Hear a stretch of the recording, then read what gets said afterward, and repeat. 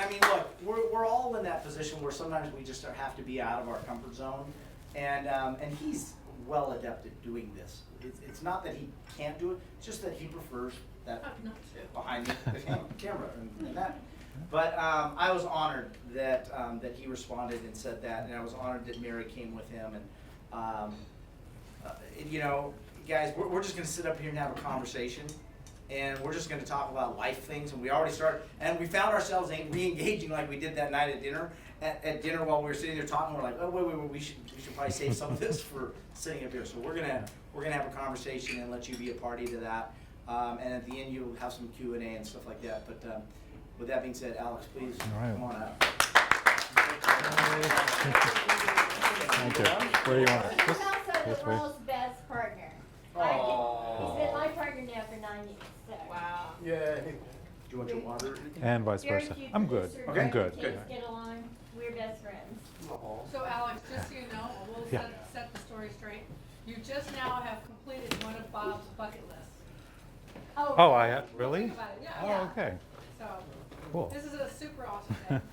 So, let's see. Yeah, well, I'm having fun We're already. gonna try and get this on. Oh, this is the camera? This is, well, that's there's the the camera. we have two but cameras? This is the one for. This is a professional film shoot here. We have. Yeah, we're just trying to get this on so that we can actually be live streamed. Yes. Basically. Oh, this is. So this is I would live. rather them This is see live. you than necessarily me. You look great. So Look great, man.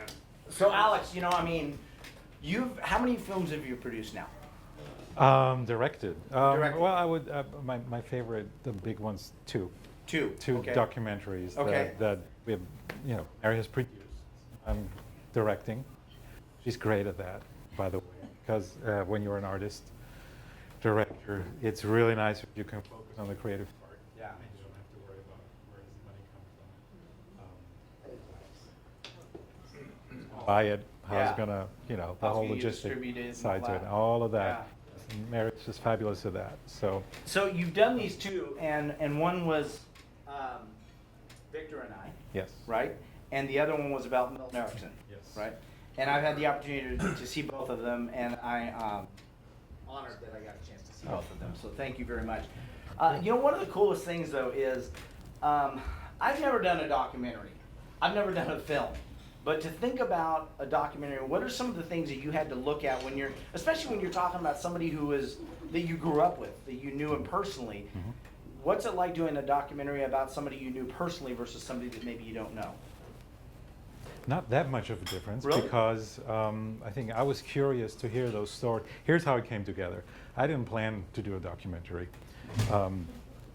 I was invited to a lot of places where, you know, groups and there are logotherapy institutes around the world. Logotherapy is the theory that he developed.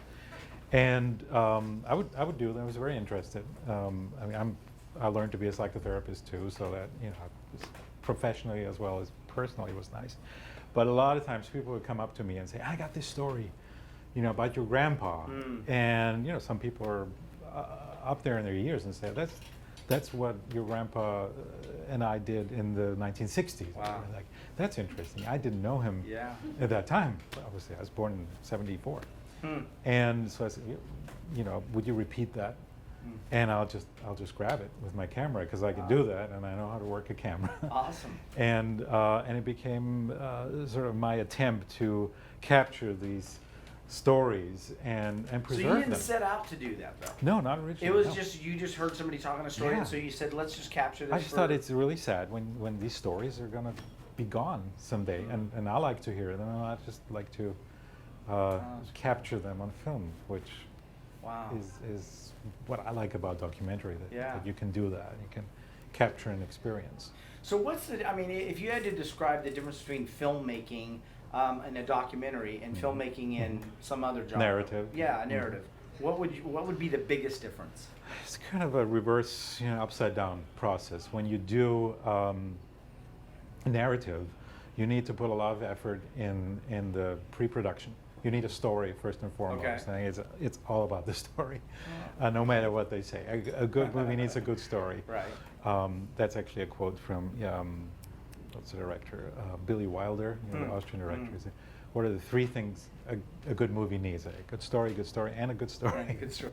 and it's still true today. And so you have to do that, and then you basically, once you start shooting, you're basically executing that plan you have. Okay. And then when you get into the editing phase, you kind of put the pearls on the string in the order that they were meant to be. You can do a lot of editing, you know, you still make or break a movie in editing, but essentially you're locked in. The story is the way it's been shot. Okay. With documentary, it's the other way around. You can go out and explore and collect material, and then as the mountain of material grows, you can go in and decide, okay, this feels like a beginning, and this feels like a middle, and this could be a good end, and decide where you want to go with it, because you're learning as you go along. Is there one that has more editing than another, or do they both have? Well, I think it depends on how you work, and Okay. I do my own editing. I've always done that, and I enjoy that too. Sometimes I hate it, but I enjoy it. I hate it. It's a love-hate relationship. Yeah. But yeah, I did not go into these two projects with a script even. So I would edit and see what happens, and it's so easy now with the computer. You move it around and until it kind of feels right. So sometimes the best decisions are really made. I make in a state where I go in and I just try things. So there is so much. I mean, Milton Erickson will take a side, but about your grandfather, there's so much. Yes. That how do you ever go through all the video that's available of him, all the written material that's written by him or about him, and say, okay, this is what's going to make the 90 minutes? Yeah, that's basically the toughest decisions that you have to make. How did you do that? I don't know. You in the end, you just do, and it's really something that not often is a conscious decision. Okay. You can only capture the attention for a certain period of time. So if you go over that, it doesn't matter how good the story is. It's not gonna go in. So you have these kind of little arcs. Okay. Right? Story arcs. Mm-hmm. That you tell, and you decide, okay, this is a topic and this is going to be a topic, and then whatever fits into that, and it still feels. My goal with the film was to keep myself out of it as much as I can, because I didn't want this to be one of those films where like, oh, here's me, running around with a selfie stick and and feature me. I didn't want this to be about my grandfather and the people who knew him.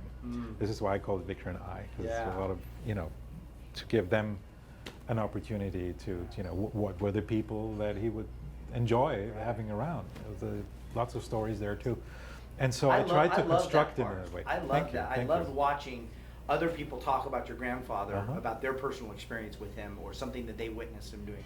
I found that fascinating. Yeah. Right. And so did I. So I kept myself in the background. And I kind of constructed it in a way so that one story would seamlessly lead you to another, so you kind of guide the audience around, so that you enjoy the trip and you don't even notice that you're just jumping from different topics and countries. Yeah, and time span, right? I mean, there's a lot of time span that was covered. Right.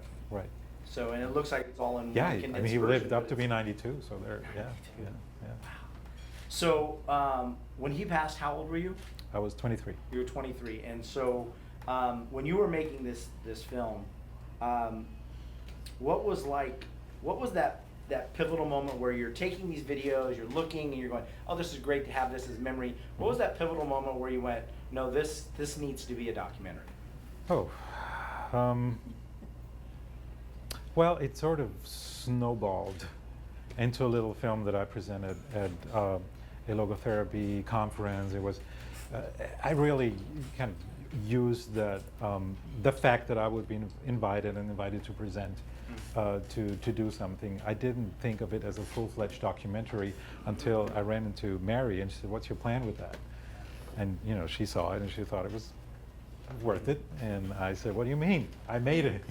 This is how filmmakers think. You've done it. So move on, do the next thing." She said, "Well, a lot of people might want to be interested in that, and I could help you with that." So, and then it grew, and I said, okay, well, if it goes out to a larger audience, here are the ideas that I have to, add and polish. And, so yeah.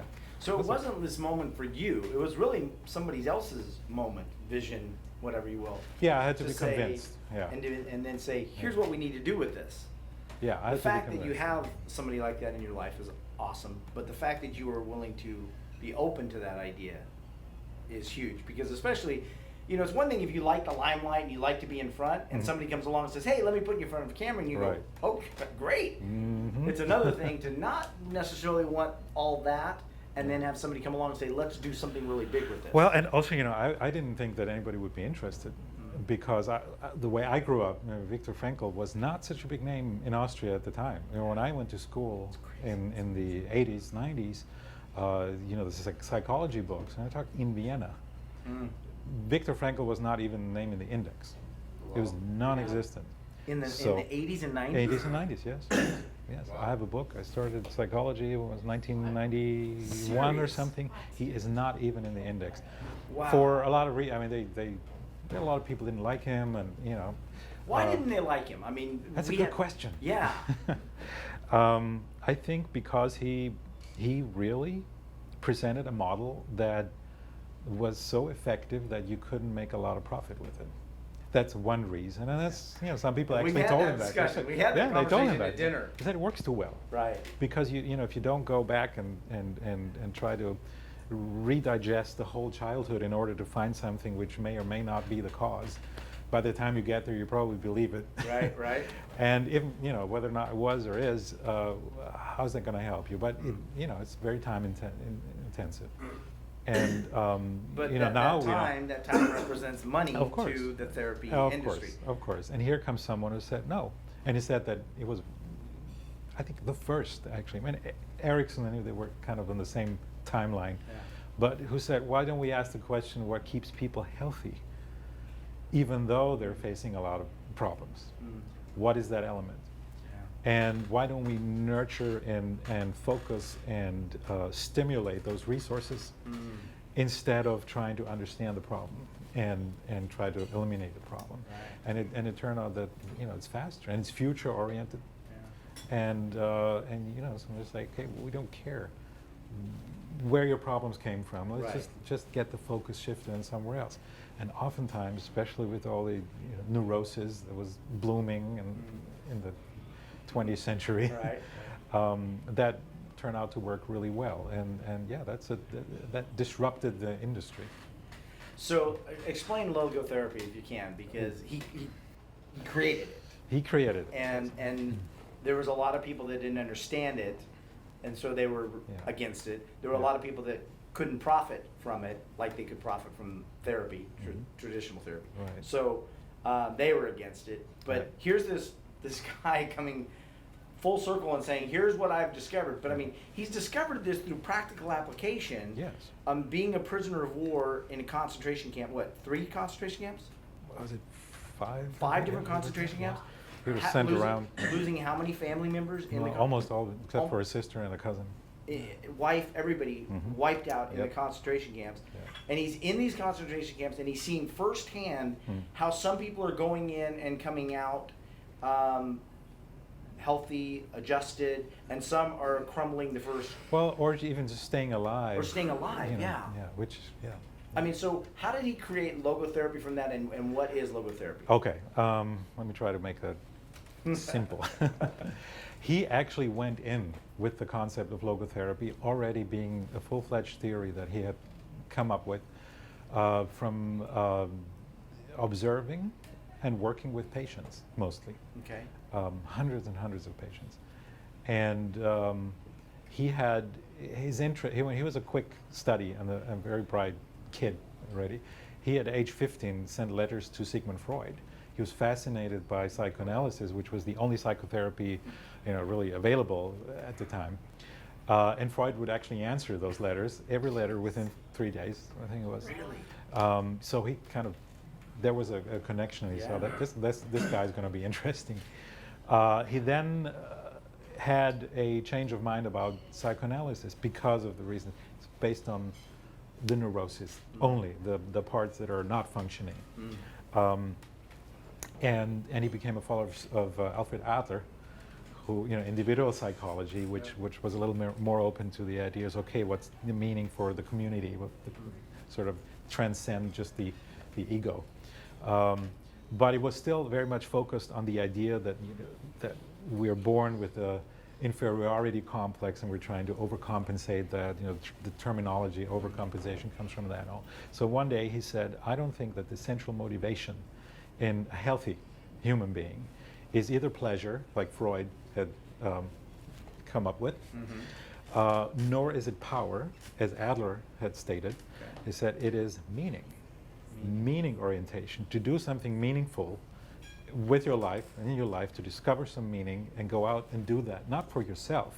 Right. It might have a good effect on yourself in that it keeps you healthy, it keeps you resilient, but it's not your primary goal. Humans, a healthy human being wants to transcend himself, Right. to something other than himself or herself.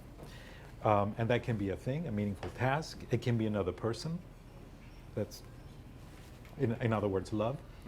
But it's outside of yourself, and only if we don't find it, only if a human being doesn't find a meaning, then it becomes problematic, because sometimes people then go back and it's like a boomerang. That's missed target falls back on himself. He says, okay, I'm going to go for pleasure. I don't know what I'm here for, but at least I want to have a good time. Or power. I don't know what I'm here for, but I want to accumulate power, wealth. They always say the most primitive form of the will to power is the will to money, because money is a means to an end. What do you do with money at the end, right? And so he said those are already warped, twisted attempts that aimed at meaning originally, and that failed. And if you help people rediscover something meaningful in their lives, usually that solves the whole bandwidth of pathologies that can take center stage if there's nothing already there. Now, is that true even in the midst of suicidal tendencies and thoughts and crisis? Yeah, well, it depends. I mean, my grandfather was a doctor too, so he was very well aware that there are multiple levels. And so, say, a depression can have many origins. It can be, in part, hereditary. It can be because you're reacting to a difficult life situation, or you're mourning. It's not unnatural to be depressed for a while if you lost somebody. But if the level where the problem is that you don't see a meaning in your life, and he called it the existential vacuum, then logotherapy would be the method of choice, because it goes beyond what is your psyche and your body, Right. but what do you want to do with your life? And that has an effect. It's ultimately all connected. Right. So it's very important to be a good diagnostician. Is that a word? Diagnostician, in seeing it with each individual. Where is the problem really happening? And sometimes it might just be you need antidepressants and some time off because it's predominantly genetic, or there's something missing in your life and you're not finding a ground to stand on. Okay, so I got to come to an understanding of this one, because the part that baffles me is when you're sitting in a concentration camp watching thousands of people just literally be murdered like this, to be witnessing that and to say, I want to find meaning for myself, but I also want to find meaning for these other people that are in here with me. Yes. How did he go about that? Well, I would think that since he went in with this theory that he had, and he was a good observer, and so it basically turned out that it was sort of a field test, if you like, a very personal one, because he was threatened with his own life, and I think it's hard to imagine even what he went through. Yeah. But he could see that it was in fact true, that those people were most likely to survive who had some idea in the future that either something that they still felt they had to do with their lives, or someone was waiting for them, and that had survival value in those situations. And he also felt it for himself. He had the idea of being reunited with his loved ones, and he didn't know for sure that was not going to happen. Okay, at that And point, that's he what didn't kept know him that. personally going. He did not know. He believed that they might be okay. And so for him, the much more difficult phase personally was actually when he came out of the concentration camp and he was experiencing firsthand what he had written about, which is the existential vacuum, when everything that was meaningful to you is suddenly gone. It's confirmed that they're all dead and they're gone. It was confirmed And when now- as soon as he got to Vienna, and that he said that was him when he himself was close to suicide. Yeah. It was not in the camps. In the camps, you had to fight. You had something to, you know. Wow. What so this process of logotherapy and stuff. I mean, if you took 100 psychologists and psychiatrists, how many of them would be, do you think, actually practicing logotherapy? Oh, that's hard to say. Not a lot. I mean, it's still today. It's sort of a secret formula. Isn't that amazing, though? I mean, Yeah. it's one of the most effective ways of Yes. getting quick change. It was the quintessential brief therapy. Yeah. Yes. And yet there's so few that even today, Yeah. knowing the power and the effectiveness of it, Mhm. still don't use it. Do you think that that still has to do with the monetary gain? I wouldn't dare to say I know the Especially exact on reasons camera. for it. There might be many reasons. No, it's really, No, I you know, get it. it might just be, you know, some things have been done wrong in the kind of way that logotherapy has been handled And over maybe the portrayed. years and portrayed. And you know, one thing is interesting. My grandfather's story, personal story, which he put in this little book called Trotzdem Ja zum Leben sagen, which then was thrown out because nobody What does wanted that to mean? read it. What is that? It means it became Man's Search for Meaning when it was translated to English. Oh, And okay. suddenly it was a bestseller, and even not just a bestseller, but a long seller. So that's a bestseller that keeps being a bestseller. And he always said, I don't know, I don't see that as such a positive thing, because if so many people are reaching out for a book that in its very title promises to deal with the question, does life have a meaning or not, man's search for meaning, then that means that's a problem that people have. This is rather a symptom of a mass neurosis, the state of our society today, Right. that there's something missing that this whole society and culture that we live in does not fulfill. On the contrary, consumer society creates needs to then go out and fulfill them. But the most important need for meaning is overlooked, and you can make good money with it. Yeah. But that might just be one reason. But I'm sure there are several reasons. But the good thing is some of his ideas, they have caught on, and they have been implemented in other theories and schools of thought. It's the mic? Oh, yeah. I'm sorry. Huh. Battery, maybe? No. I'm so sorry, guys. Not really sure. We It's have a very- sound it's very expert here. sporadic. Mary actually Very met my sporadic. grandfather. Do you know the story? Yeah. So Yeah, why don't you just not touch it. yeah, maybe just put it on the table because I can't see. Okay. It anyway. Okay. It might just be a transmission. So Where were we? I lost my so we've got this. Oh, logotherapy. A Right. lot of ideas found their way into mainstream, and there was positive psychology. A lot of ideas were picked up there. I mean, not always with his name attached to it, but he wouldn't care. He would say as long as people benefit from it, and the whole resilience and stress and resource-oriented therapy and all that. So sometimes it's fun to see how an idea can kind of a paradoxical intention. What's that? When somebody has a fear, for example, phobia of speaking or stuttering when you're speaking in front of a large audience, these kind of little neuroses that just happen, he would go in and he would say, well, why don't you try to stutter so much that exactly what you're afraid of will happen when you wish for that to happen. And it takes a little bit of humor. Yeah. But it worked beautiful because you cannot be afraid and wish for something to happen at the same time. And it worked beautiful with a lot of phobias. And kind of got picked up then in behavioral paradoxical intervention, it's called. Very similar concept. Sure. and these kind of things that people benefit from. So, but if you go to South America, for example, it's a different story. Lots of logotherapy happening there, interestingly. Why there? And I wonder too, and he wondered too. So it was someone, even back when he was alive. It was oh yeah, happening. actually his first in South international trip to lecture about logotherapy was to Argentina. And on the same trip he then went to the US. So I think it might, I might be wrong, but it might have to do with, there were two societies, we're talking 1950s too, they couldn't be more different. The US being an affluent society, lots of means to what do we live from. In Latin America, the opposite, a struggle, daily struggle to just survive.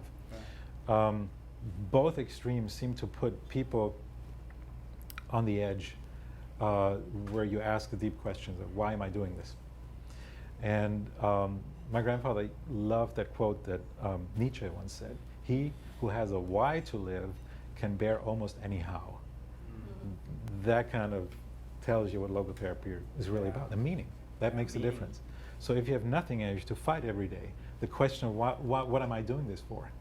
Or who am I doing this for becomes important.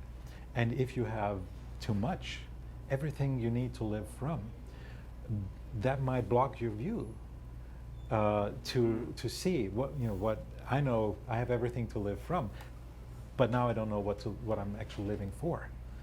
Again, that question becomes starts to brew. And So there's a big movement, and it goes in and out. It's trends, but minimalist, right? Somebody who just gets rid of everything and just wants to be minimal.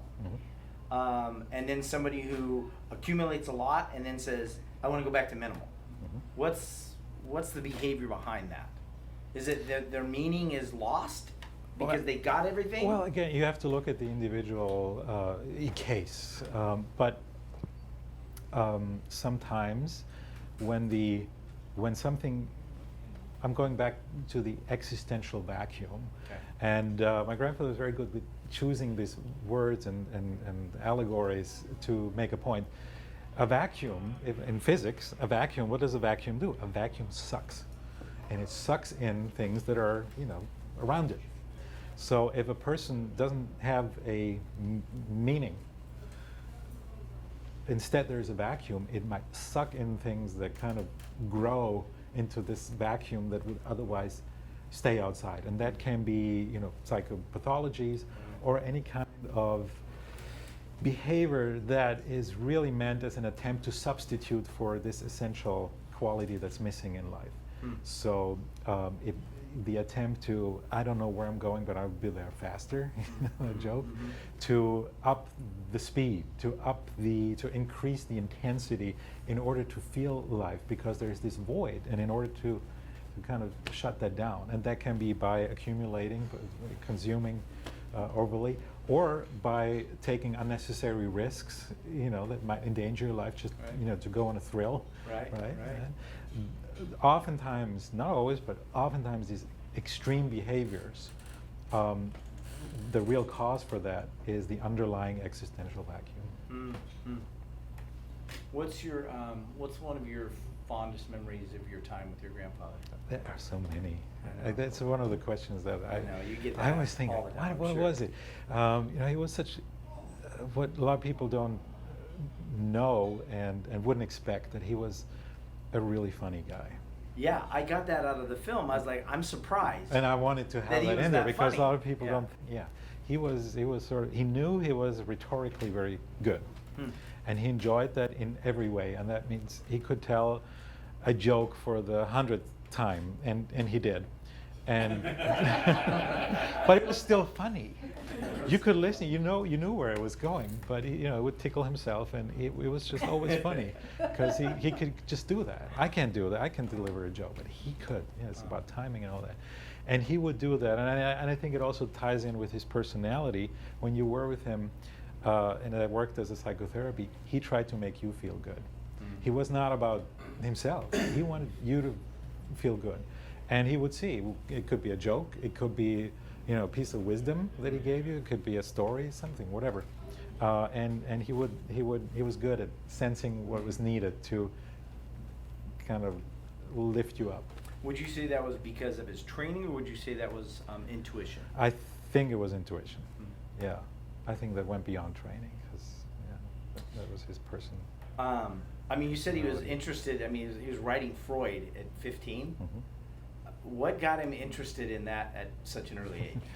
I don't know. he was a curious mind. Hmm. But there is a story that when he was 5 years old, he once, he was the kind of kid who would ask question after question to follow a thought to the logical end. He would drive his parents crazy.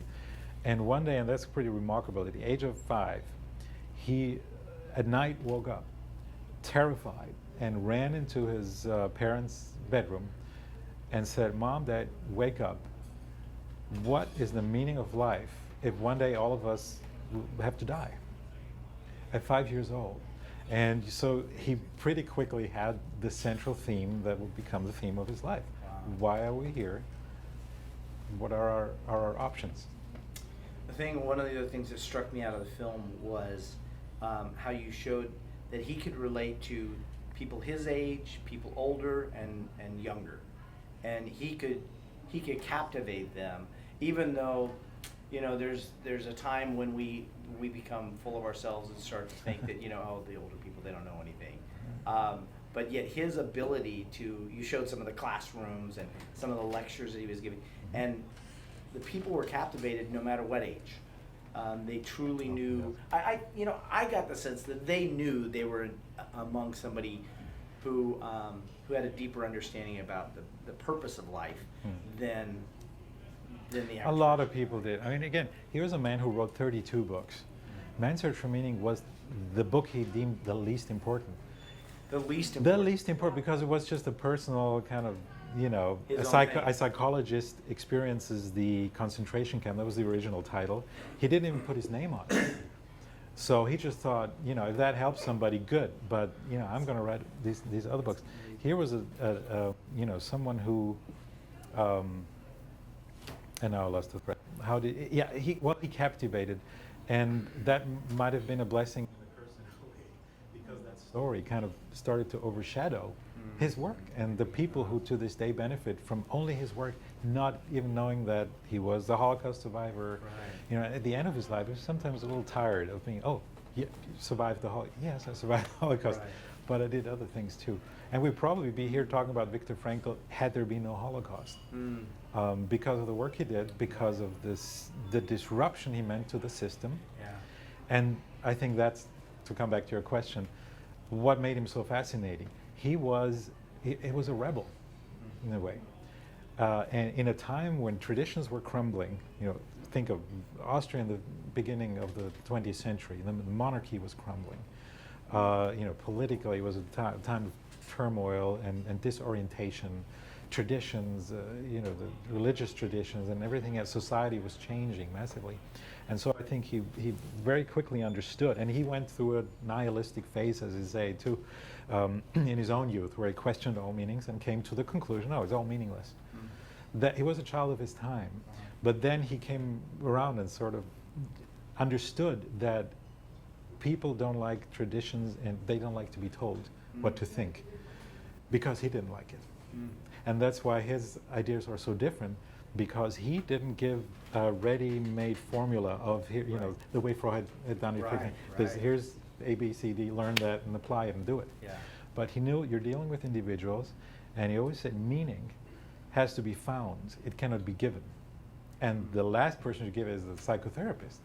You are siding with the patient. That's like, let's see what's there in your life that you're overlooking now that might potentially be really important to you. Right. Something that you might be important for, Wow. not just something that's, you know, important to you.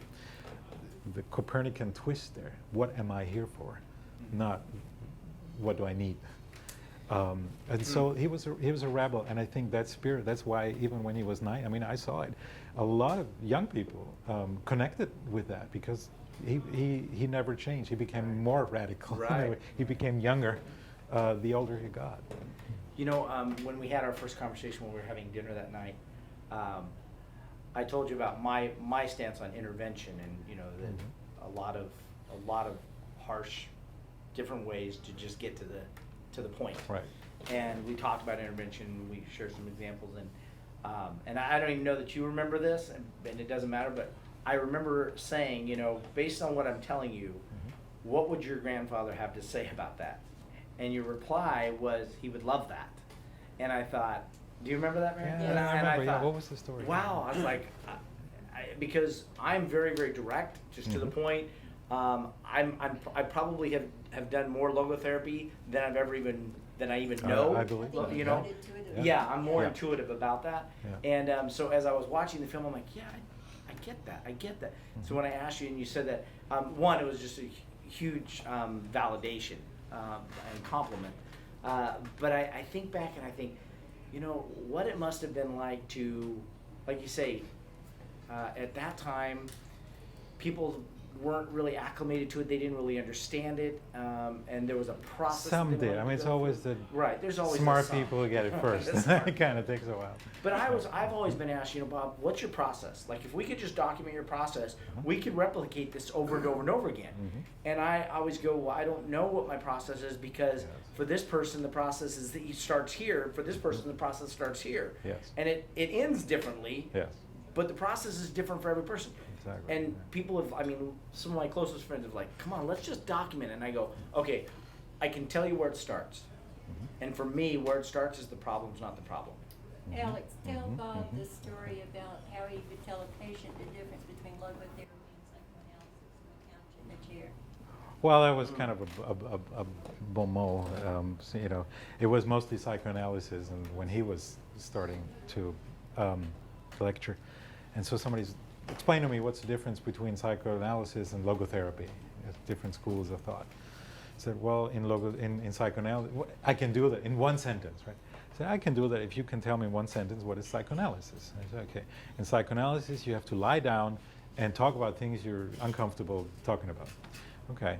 So in logotherapy, you can stay seated, but you have to listen to things that are sometimes uncomfortable to hear. I like that. I like that one. And you know, it's true, because as you said, it's very much oriented in the real situation, not just going into the psychodynamics of something, Right. but saying, well, okay, what's the situation, and what can you do about it?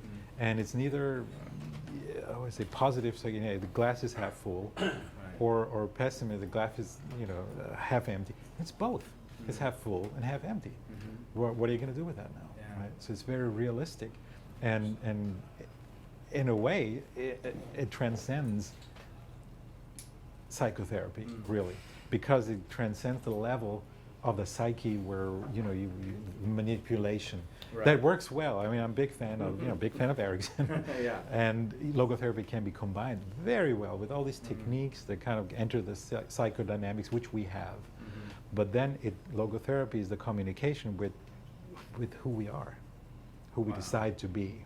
And it comes down to that. Who you decide to be, what do you want to do with your personal makeup, circumstances, past, all the things you can't change. Right. Wow. So you've done Milton Erickson. You did the documentary on him. Yes. And I mean, you got his whole family together, right? I did. I was the first to get his whole family. And Right. 8 children. And you got them Very all different. together. Got them all, and they're spread all over the U.S. And- It was fun. Yeah. Yeah. And I got to see that film, and that was another great film. I'm glad. I knew some about Erickson, but I didn't know a lot of the background. The thing I liked both about your documentary was it wasn't just about what they had accomplished, but it was really who they were. Yes. And that was the really cool thing. Thank you. So what's next? I mean, you've done Milton Erickson, you've what's done next? Dr. Viktor Frankl. What's next? Yeah, I wonder what. And that's a very good question, because that's what I'm personally. That's one of my pet projects, and it comes down to the question, what's next? And I think that might be something that comes as a surprise. I love science fiction because that's what interests me the most. What comes next? And so I want to hear. I love those ideas and explore the possibilities of what's next, and what is how is technology going to impact the way we live. And so that's a project that I have Wow. I have in the works. So. Okay. Well, I'm gonna open it up for questions, and let's see how we're doing on time.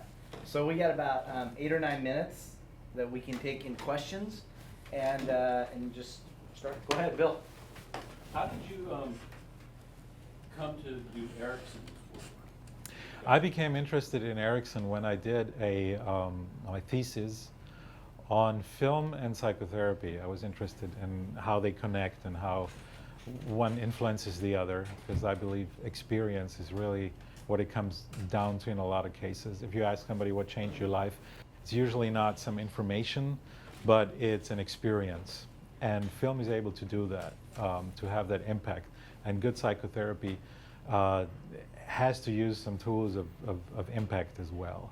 And so I started reading about Erickson. I thought, this is exactly what's happening when you're directing a film. All those mechanisms can be translated into film work. So I became fascinated as a filmmaker, as much as a trained psychotherapist, in what this man had done. And I was surprised that there was no big documentary available. There were some small ones, but nothing that's really tried to go after the question, who was he as a person? So that's how it came to be. Yeah, Mike. Based on your new work about science fiction, Mhm. when will a robot take my job? Because I think, as much as that's a funny question, I think we're all kind of like. Are you sure panicking you're about not a that. robot? Yeah. Blade Runner. Well, yeah, I'm not a futurist, but there are people, and we just started working with a very interesting futurist who's a scientist and a science fiction writer by the name of David Brin, who predicted email and spam in the 1980s. Really? So, brilliant mind there, and he might have that answer for you. But I'd like to make a film about it. Yeah, that'd be interesting. Deborah. So it's interesting. I've got a fascinating library, and people are like, whatever got you down that path? And it was Tony Robbins. So my mother committed suicide, so it was about 1982 maybe that I went. So there was probably a dozen books that Tony Robbins recommended. Obviously, this being one of them. Did you ever study Tony to see, because what fascinated him to fall in love with this book? Yeah, that's funny, because I met Tony Robbins and interviewed him for Both documented. both documentaries. Yeah. Well, yeah, Oh. right. He is in the.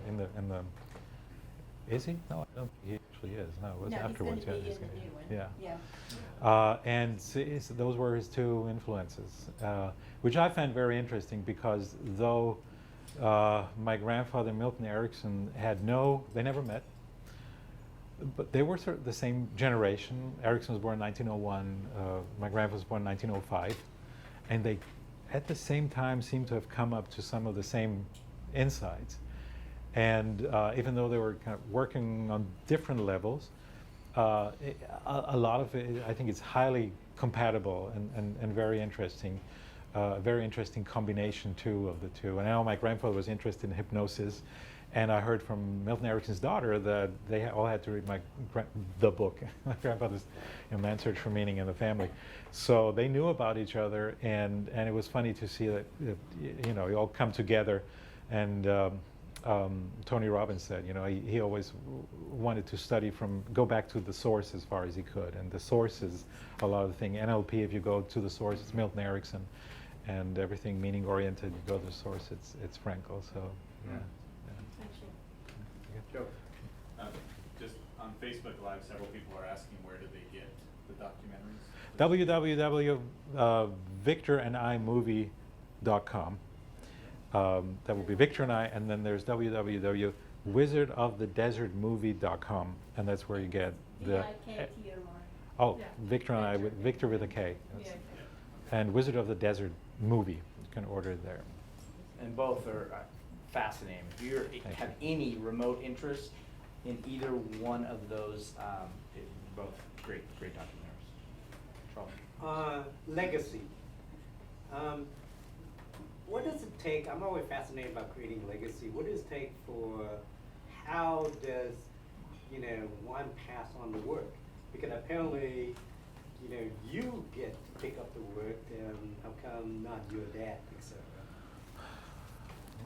My dad's a physicist, but my mom is a psychologist. Mom is? Yes. Well, I'm not too worried about that because, I mean, he was gifted in the way with his talents, but also that he had a chance to not only survive the concentration camps, but to live a long time after. When he died in '92, even though he took a hard condition from the camps, so he didn't expect that. I know that. But he had time to put his work out there, plenty of time, and he did. And so it's in the hands of a lot of people who are carrying it forward, and even more importantly, they're building on it. And you know, there's progress and changes. And he said every time is their neurosis and needs their therapy, and I just put out a foundation on which others will build. And I'm happy for him.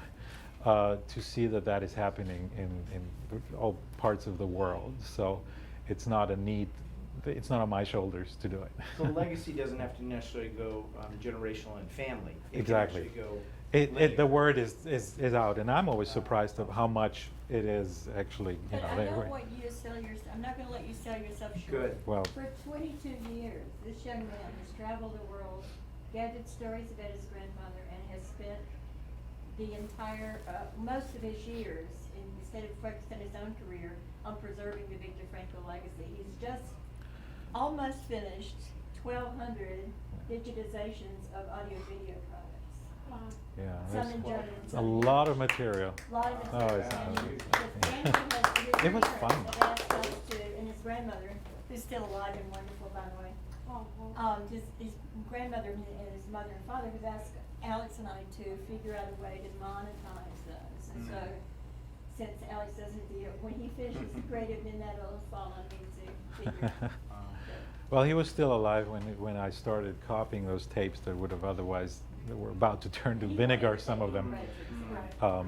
And he always said, you know, if you put them out there, make sure that no student will have to think twice whether or not they can afford, you know, what at the time was a tape.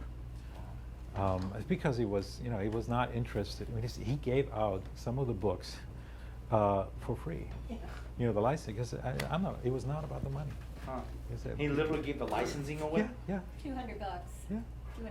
Oh well, that was Different Mansard for me. What I'm translation, talking about Mansard translation. Tremaine licensing was $200? What I think was 200, 2,000. I don't know. 200. But I mean, it was a That's fraction of what you think. amazing. But you know, some of the books, some of the translations. I know some books that, you know, when the Yeah. publisher came from Sweden and he said, you know, there wasn't a big publishing house. He said, just take it for free indefinitely. He was so. It was not about, you know. He said, I have enough money. Because sometimes my grandmother would tell me, she'd say, why you're doing free therapy. Sometimes he would have Right, right. patients talk for hours on the phone for free. Free trips. And free treatment. And then he would lecture somewhere in Argentina where, you know, there was not a whole lot of money. So he said, you know, if you barely made a progress, I'm going to pay my own ticket. And I'm not going to accept a honorarium. You know, buy me some coffee and we're good. And then, you know, he wanted, well, it's about meaning. And he would say to my grandmother when she said, are you sure you want to give away this? He'd say, are you hungry? No. Do you have, does it rain? Do you have a roof over your head? I said, yes. Well, then that's all we need. That's the kind of guy he was. And I think there are few people, especially in the business of, you know, of helping, Right. who so overlook, you know, helping themselves and who are just fine with having enough, you know, to make it. Randy? Alex, I have more of a statement than a question. Your grandfather had a huge impact on the law enforcement community. Really? In fact, the State of California Post, which is Police Officer Standards and Training, had a training program for sergeants, first-line supervisors, because of the importance. And it was called the Supervisory Leadership Institute. The very first book that we read was Man's Search for Meaning. Really? That is very interesting. I did not know that. Uh-huh. Yeah, it had a profound effect on law enforcement. And the first line supervisors are the most impactful in law enforcement. So, you know what, I salute California Post for choosing that, and I'm deeply grateful for your grandfather and his work, because I know it had a direct impact on me of how I dealt with my employees and how I dealt with the public. You know what, it definitely made me, I was already compassionate, but it really made me compassionate. Oh, That's wow, a great thank you for, yeah, that, Great story. wow, wow. We might get you on camera saying Yeah. that one. That's right. Yeah. I would be happy to. Don't be surprised. I'd be honored. Carmen. So, you mentioned that Man's Search for Meaning was one of the books that he thought was not one of his best books. So I was wondering, what would you say was one of his top 2 favorite books that he read Yeah, well, that you would recommend? for that, us? that he would rate of his own books? Yeah, books that he read, like one, because he said that Man's Search was not one of his, most what He didn't think it was important. I don't know about Yeah. best, but I mean, when he saw how many people it impacted and helped, he understood, and he was quickly convinced that he should put his name on it, and he put a little, essay about logotherapy in the back, so that people would be able to have a source and learn more. Theory and Therapy of Neurosis is a book Theory that and Therapy yes. of Neurosis? And recollections. And well, that's again a more personal book. So I think for people to benefit from and to go a little bit deeper into the how to apply his methods. Now there's a lot more literature, but still, of the 32 books, not all have been translated to English yet. Only 9. All have been translated in Spanish, but not in English. Yeah. Did you have a question? Yes. I think you've really done such a great job to preserve the legacy of your grandfather. And Thank you. as much as you may not want to take the credit for it, it's amazing that you do it. And I commend you for it. I'm sure we all do. I love documentaries so much, but there's some people that do not understand the concept of documentary because they easily get bored. My parents will not watch a documentary for 2 minutes. Oh, really? But they will watch a movie about Mhm. something like that. Do you think that a movie could be something you would be interested in doing for people that do not have maybe the intelligence or the patience to watch a documentary and get all the information? Yeah, there are actually projects in the works now as we speak, and I'm involved in one, and yeah, I'm not at liberty to tell you more right now, but it's been a idea that's been around many times, even when he was alive still, but he always rejected it because I think he was just presented with scripts that were not capturing. I mean, it's easy to understand what he was about if you get him, but oftentimes it's a little more complex than a lot of writers think it is, and that might be the reason why there's no movie as of today, but there might be sometime soon. What was, I mean, he's got so many great quotes in Man's Search for Meaning. And probably other books too that we probably have heard, but we just don't know. But what was maybe 1 or 2 of your favorite quotes of his? Well, there's some quote. There are 2 misquotes. Okay. That one was actually by Anton Wildgans that kind of was attributed to him now. It is, "What is to give light must endure burning." It's a beautiful quote, unfortunately not by him. And the other was between stimulus and response. There's a space or something. Nobody knows where that came from. Between It's stimulus not- and response, there's a space. There's a space. Okay. Mary, do you know the exact? And it's Yeah, where decision Stephen- comes in. I know where it came from. Stephen Covey, yeah. Found it in a book in Yes. Hawaii. You know the quote. Habits of Habits. 7 Habits, right. Right. Right. So it's kind of attributed to Viktor Frankl falsely. So what are your favorite quotes Neither, about they're good his? quotes and they work well Yeah. with logotherapy. What are my favorite quotes? Of his. Well, that's a good one. I know the one you picked for the website is your favorite, the front. You told Which me one it's was your that? favorite.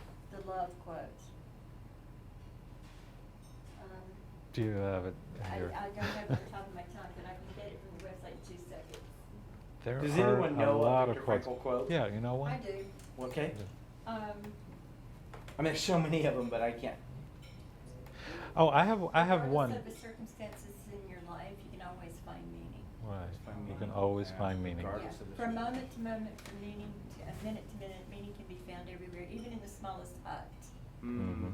And yet, on the other hand, there are millionaires and billionaires And they who kill don't have a meaning and they themselves. kill themselves. Yeah, it could be. And, you know, there you go Alex again. did great interpretations, I mean. Well, all you have to do is a rolling impersonations R. of Frankel. Really? Sounds just like him. Yeah, he Love had a is lot of the good only way quotes. to grasp another human being in the innermost core of Of his its personality. being, yeah, Right. That's exactly. on the website. I Right. didn't come up with that on my Yeah. notes. Okay. It's good. Thank you, Joe. I didn't get my phone out in time. Okay, we'll take a couple more. Anybody else? Charles? Since you said you're not a spokesperson or the person in front, who would be an ideal front person to represent the work? A front person? Yes. Oh, you know, there are many. I'm always amazed when I hear people talk and they say they've been influenced or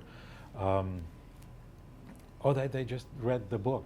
He was very glad that he could write everything he had to say. I said, everything I have to say, I had to say, I put in my books, and it's there. And people will have access to it. And, you know, just like you're a perfect example. And you got it, and you got it intuitively. And it's something, you know, there's no mystery about logotherapy. He always said, I didn't invent anything. I was just observing, and I put together into a system what has in other times been called the wisdom of the heart, for example. Something that people who are not exposed to, you know, psychology classes and coaching and whatnot, he always said, the simple man in the street you know, knows intuitively that's right and what is not, and what's healthy and what isn't, and what keeps people going and what doesn't. He put it in a system. He made it teachable, if you like. He came up with some words, and he discovered and explored this philosophical background on which he built logotherapy. It's one of the last schools of thought that actually have a solid foundation in terms of a theory and a philosophy behind it. And it's really there, and people who do it and who use it and who apply it and who help other people. You being an example, Mary being another. She has no diploma, but she understood logotherapy, and she's helping hundreds of people with 100% textbook logotherapy interventions, even though she's never visited a class in logotherapy. That's possible. And well, no, here and then you ask me a question, but you know, you understood it intuitively. So I think that's more important than to have, you know, one face. Taking, like, let's say, the great work and then translate to Vietnamese, right? Mhm. But not just the book, but like the whole training and the media. There are people there at school. I mean, I was trained in logotherapy in a school in Germany by one of the students, Elizabeth Lucas, who has developed a curriculum that's sort of a standard and has been adopted in other countries as a good teaching The Viktor Frankl model. Institute of Vienna, which is victorfrankl.org. Yes. Is Frankl.org. now developing training modules. Perfect. And they're accredited Yes. people, so if you look on that website, Dr. Franz Vesely, who's Alex's father, is in charge of the bibliography, so he's been handling that, but Dr. Alexander Batiani is the president of the institute, so that would be one man to contact, and you tell him we sent you. It'd be nice. So like All right. Rudolph Steiner, you know, they have, a lot of times you can find it on YouTube. Right. Because I was gonna say that would be a fabulous way to start. Isn't there a crowdfunding for a statue? The statute of responsibility, Alex and I are both on the board. Statute of Yeah. Can you talk responsibility. about that a bit? Well, in the 1960s, my grandfather was teaching at Harvard University, and at the time there was a discussion. He was a visiting professor, and there was this guy, Timothy Leary, and they were sort of discussing whether or not they would allow experimentation with LSD on campus. And my grandfather, being a doctor and knowing about, you know, drugs, he said, you know, I'm not here to tell you, because I'm just a visiting professor. And of course, the number one argument was freedom of teaching. You know, it should be free to do that. And he said, yes, there's freedom, but there's also another side to freedom, and that's responsibility. You have the freedom to do that, but is it the responsible thing to do that and to experiment with drugs, knowing that it's a highly addictive thing?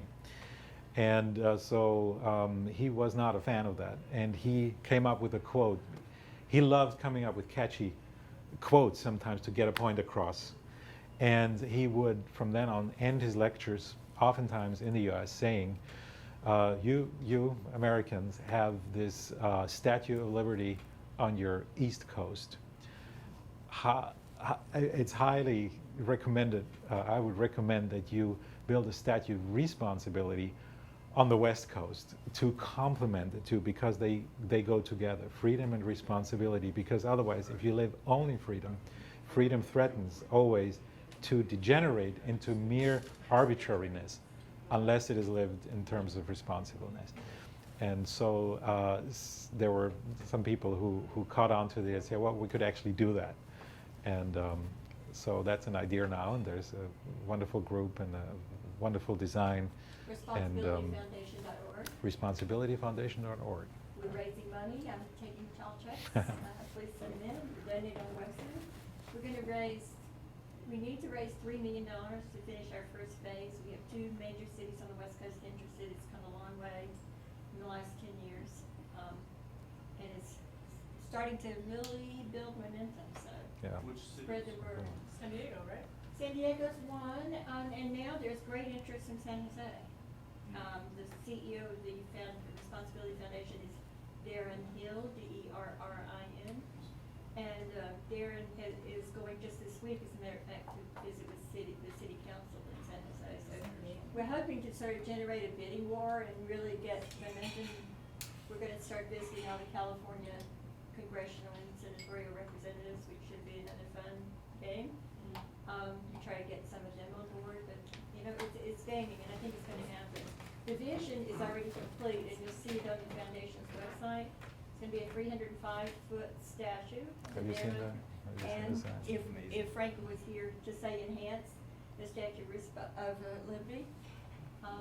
So we're going to have my vision for our role in this is to create a Viktor Frankl Learning Center in some of the offices that are going to be at the base of the foundation, sort of like the John Paul Center for listening and learning in Washington, D.C. And so we are hoping to use some of the funds that we raised to create that learning center so people from all over the world can come and learn from Frankl in his own words and see him while they're Really visiting the awesome. monument. And it's going to be a big platform at the top that looks out over whatever ocean, because we want it to be a call to the